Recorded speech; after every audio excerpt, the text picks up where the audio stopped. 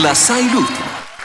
Napoli, Piazza Dante, negozio di abbigliamento, 9:30 del mattino, si apre la porta, entra un messicano con tanto di sombrero. Buenos dias, signor! Buongiorno. Sono Julio. E che me ne foto? Cabù.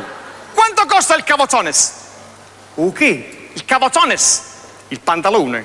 Il pantalone costa 100.000 lire. E la camisa? La camicia. La camicia costa 30.000 lire. Troppo caro, signor, me ne va che. Se ne va. Il giorno dopo, 9:30 puntuali di mattina, si apre la porta. Buenos dias! Nada voto chi?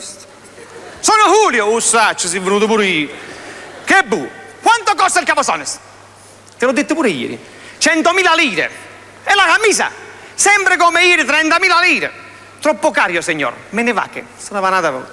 Il giorno dopo, 9:30 puntuale. Buenos dias! Mannaggia, tu sei Julio? Sì, signor. Sei venuto pure ieri, l'altro ieri. Che bu? Quanto costa il cavozones? 1.000 lire. E la camisa? 700.000 lire. Signore, scusami, tu perché hai alzato la camisa e hai lasciato il cavozones? Per farti vedere quando me le hai scassate!